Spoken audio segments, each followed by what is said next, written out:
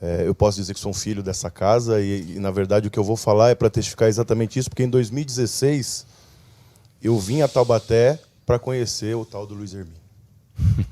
Conferência Reino. Não sei o que ele tá falando. Conferência Reino, vai lá, esse cara vai estar lá. E eu, sinceramente, nunca tinha o visto nem pela internet. E eu, ministerialmente falando, eu estava naquela fase onde Deus já havia falado para mim que algumas coisas iam mudar na minha vida e eu ainda não sabia discernir essa voz, se era local, se era cidade, o que era. Bom, vim parar em Taubaté, numa igreja que eu também nunca tinha ouvido falar, Ministério Sonho de Deus. Ouvi um apóstolo que eu também nunca tinha ouvido falar, numa conferência de 3 dias. No primeiro dia que eu cheguei em Taubaté, eu sentei ali naquela igreja, ali no templo principal, e você subiu para fazer as boas-vindas e iniciar a conferência. E o Senhor falou, naquele momento que você subiu, o Senhor falou ao meu espírito, você veio aqui para conhecer o Luiz Hermínio, mas eu te trouxe aqui para te apresentar um pai. E eu nunca tinha te visto na minha vida. Nunca tinha visto o Luiz.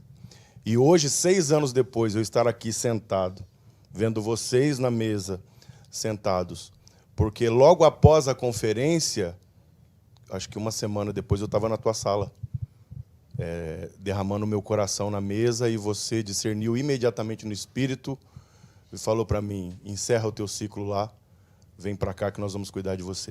Na verdade, você tinha uma agenda enorme de pregação com o coração totalmente desalinhado.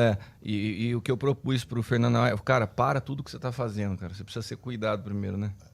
E foi uma relação assim, foi uma conexão total no espírito, porque eu vim na primeira conversa, voltei para São José, encerrei o meu ciclo, e você falou algo muito precioso, vai lá, encerra o teu ciclo lá, fecha a porta lá, você vai vir para cá, você e a tua família serão cuidados aqui, mas Deus já me mostra que vocês, depois de um tempo, serão enviados.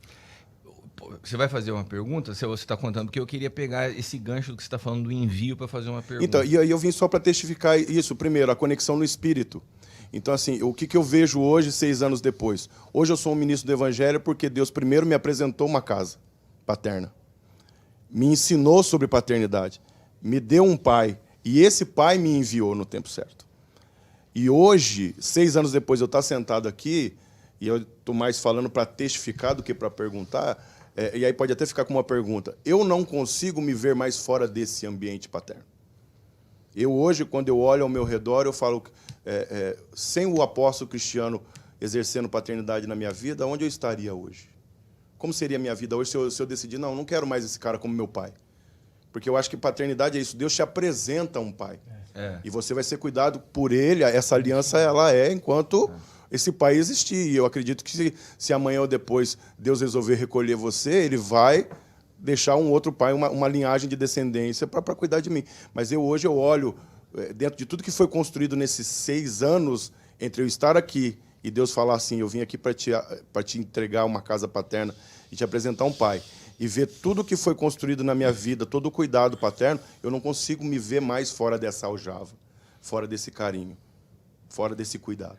O que você falou é uma coisa que eu sempre penso também, aonde eu estaria hoje se eu não tivesse o cuidado do apóstolo L me acompanhando no processo de formação da minha trajetória. Porque uma das coisas que eu acho que é muito importante na paternidade é que ela te preserva no processo de amadurecimento. Né? O que eu vejo quando hoje muitos ministros são colocados de forma precipitada, muito novos, eu não tenho problema com gente nova no ministério, mas eu acho que toda pessoa ela tem que estar caminhando como um filho debaixo de um cuidado do pai, porque é a hora que um pai chega e fala, opa, aqui não. Agora, um cara novo no ministério, sozinho, cara, é um perigo. É um perigo porque... às vezes o próprio diabo oferece o pináculo do templo para derrubar o cara lá de cima, né? Então é muita gente caindo hoje por falta de cuidado de um pai, de uma palavra, de um conselho, né? Então eu também já me fiz essa pergunta e no meu caso eu acho que Deus já me deu a resposta. Eu acho que eu sei aonde eu estaria hoje se eu não estivesse caminhando como um filho, né? Sendo emancipado, podendo ter, né, esse processo de aprendizado ao lado de um pai. Aproveitando o gancho do Fernandão, porque ele chegou aqui realmente se sujeitou a parar 5 anos, sentado no banco, com a família sendo cuidado. A gente estava falando de envio, né? E quando Jesus ele envia os seus discípulos, ele fala assim como o Pai me enviou, eu também vos envio. Então, Sim. tem o envio é uma também das características da paternidade que eu acho riquíssimo, né? Porque tudo nasce de um envio. É o pai enviando o filho, é o filho enviando os discípulos.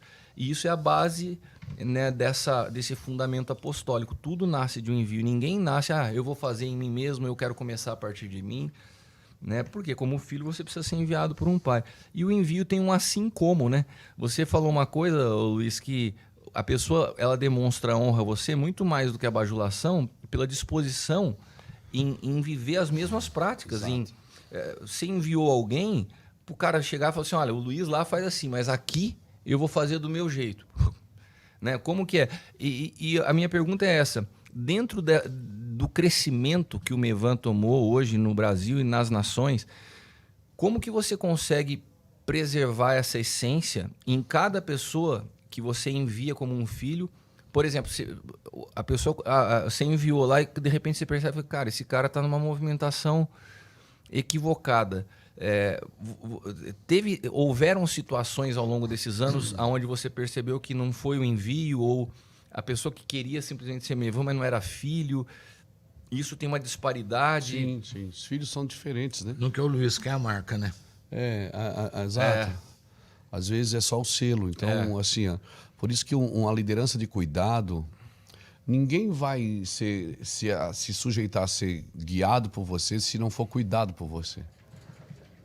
E aí você vai ficar no campo do aconselhamento. Você dá conselhos. Ok.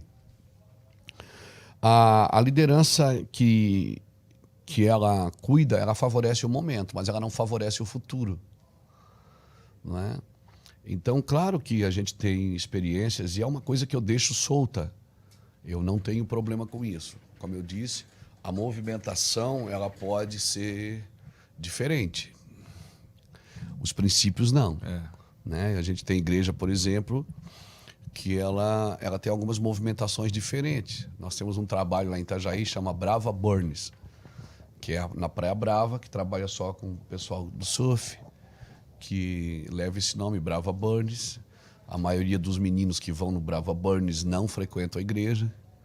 É um trabalho para pegar a mesma galera que fuma maconha, que está lá na praia. Não que surfista, não que todo surfista fuma maconha, não é isso. Mas é que o pessoal que está lá, e a gente fez esse trabalho, um irmão que tem uma casa lá no monte, e ele resolveu ceder esse lugar para fazer reuniões toda semana. Eles se reúnem lá, né? O pastor Ezequiel está na frente disso, o Fábio, outros meninos que estão lá, estão sempre lá cuidando desses irmãos. E é uma movimentação totalmente diferente da igreja local. Mas né? carrega a mesma essência. Carrega a mesma essência, carrega o mesmo discipulado. Então, assim, as movimentações são diferentes, né? Mas o que não pode ser os fundamentos, né? Porque uma liderança que só cuida, ela fica dando voltas. Ela não dá direção. Porque o que eu quero, às vezes, assim, falando assim, as pessoas podem pensar, pô, o Luiz não quer cuidar de ninguém. Não é isso. Eu tenho dificuldade de expulsar o mesmo demônio da mesma pessoa por muitas vezes. Né? Então, assim, a pessoa precisa caminhar, ela precisa desenvolver. Né? Então, peraí. Mas Deus não fala comigo, pastor, eu precisava falar contigo. Tá, senta. Pastor, lembra da nossa última conversa? Lembra? Você fez aquilo? Você fez aquilo? Não, mas é porque... Assim, você está querendo mudar o meu destino. Eu vou falar tudo a mesma coisa para você.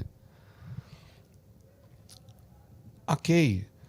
Dá para funcionar assim? Não dá. Então, e o que acontece? Quando eu comecei o ministério, eu pregava na segunda, na quarta, na sexta, no domingo. Eu estava na reunião de crianças, eu estava aqui, eu estava ali. Hoje não, a gente tem vários cultos durante a semana e durante o dia, e eu prego em um, no domingo à noite. E domingo tem 3 reuniões. Né? Nem todas as reuniões de liderança eu estou. Eu prego no presbitério local, né? Mas o Cris, por exemplo, ele dirige o Mevan Music. A vida dos músicos, né? É o Cris que ordena. E eu toco o Cris. Então, à medida que a gente vai crescendo, a gente não consegue estar mais em todos os lugares. Aí, claro, tem pessoas que dizem, pô, eu passava aqui, via o carro do pastor na frente da igreja, pô, vou falar com o pastor. Não cabia na cabeça dela que eu não tinha tempo para atender ela, porque ela congrega comigo. O que é que eu tive que fazer? Eu tive que tirar o escritório de dentro da igreja. Então, eu estou na igreja terça e quinta para atender os irmãos. E segunda, quarta e sexta, quando eu não viajo, eu estou no escritório do meu Evan Global.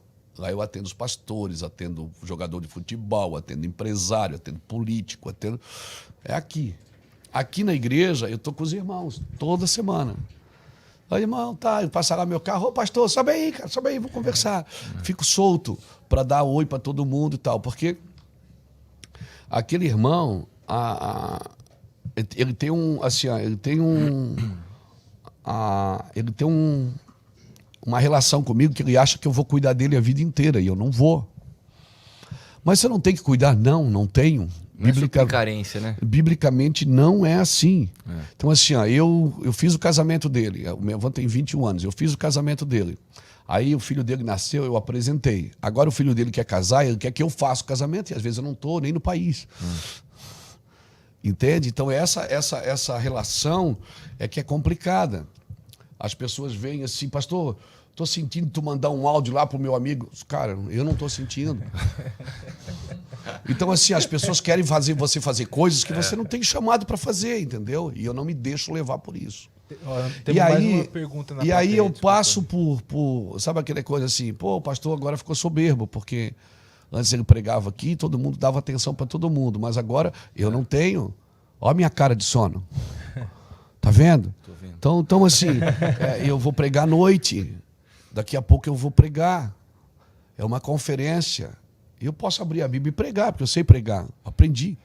Mas você discerne a eu voz de Deus sei, por dia, eu preciso né? ter tempo, eu preciso ficar com Deus, eu preciso escrever, porque assim, quando eu falo dirige, é isso. Entende? Moisés, Deus mandou ele para o meio do povo.